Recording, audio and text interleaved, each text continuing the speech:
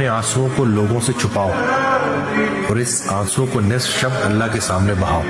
آپ کی صحت میں والدین کی صحت ہے, والدین کی صحت میں آپ کی صحت. سبحان اللہ. آپ بس اپنے آپ کو اس لیے خوش رکھیں.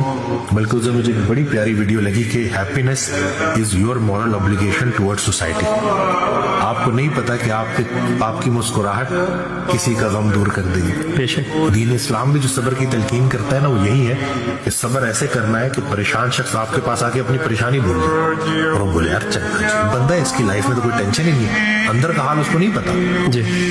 یعنی کہ اپنے آنسوؤں کو لوگوں سے چھپاؤ اور اس آنسوؤں کو نصف شب اللہ کے سامنے بہاؤ, کیونکہ وہ اتنی کریم ذات ہے کہ وہ روتا دیکھ نہیں سکتی, اور پھر وہ سرفراز کر دیتی ہے ہماری ٹوٹی پھوٹی زندگی کو.